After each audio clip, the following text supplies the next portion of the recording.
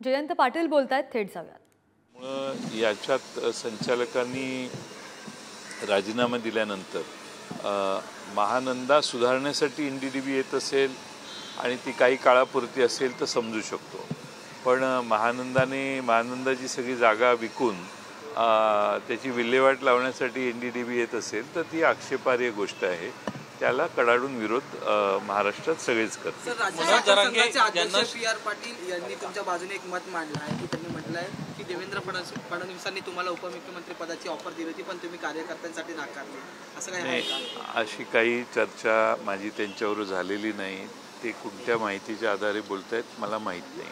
मनोज जरांगे यांना शनिवारी आंदोलन करण्याचं घोषित केलंय। खरं सध्या राज्यात परीक्षांचा कालावधी चालू आहे, अशा वेळी विद्यार्थ्यांची अडचण तर होईल।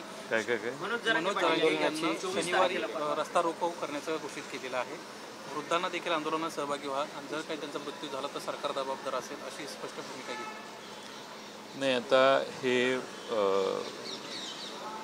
परीक्षेचे दिवस आहेत आणि मुलांना परीक्षेच्या स्थळापर्यंत पोहोचण्यास अडथळा येऊ नये, त्यामुळे माझी मनोज जरांगेंना विनंती राहील, सरकारने केली पाहिजे की अशा प्रकारचं आंदोलन मुलांची परीक्षा ज्या काळात होणार आहे त्यात एखादा मुलगा परीक्षेपर्यंत पोचला नाही आणि त्याचं वर्ष गेलं किंवा मेहनत केल्यावर देखील परीक्षेच्या जागी पोचू शकला नाही तर प्रचंड पंचायत होते।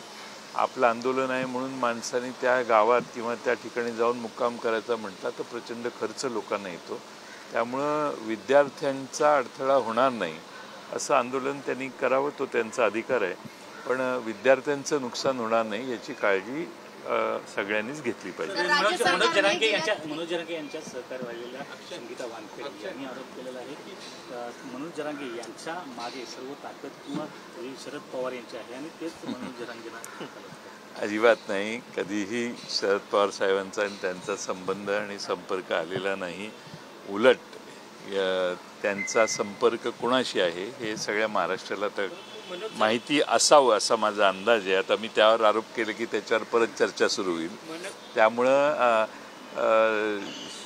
तसा कोणताही संबंध नाही। मनोज जरांगे पाटील यांच्या आंदोलनावरती सरकार स्पष्ट भूमिका मांडत नाही असं वाटत नाही का? कारण की एखाद्या समाजाला अंगावरती घेण्याकरता सरकार महाराष्ट्राच्या मुख्यमंत्र्यांनी मनोज जरांगे यांच्याबद्दल बरोबर काय संवाद केला, इथं नव्या मुंबईत त्यांचं आंदोलन संपवताना त्यांना काय आश्वासनं दिली, त्याआधी त्यांनी मनोज जरांगेंशी त्यांचा सतत संपर्क होता आणि आहे असं माझी समजूत आहे। तर त्यात त्यांचा जो संवाद आहे त्याच्यात विसंवाद कशामुळे तयार होतोय या सगळ्याचा अभ्यास करून सरकारने जबाबदारीने अशी आंदोलनं वारंवार होणार नाहीत याची काळजी घेतली पाहिजे असं मला वाटतं। सर, मंत्र्यांच्या बंगल्यांवर मागच्या 5 महिन्यात 30 कोटींचा खर्च झाला आहे, तरी पुन्हा एकदा आता रंगरंगोटीच्या कामासाठी निविदा काढण्यात येत आहे।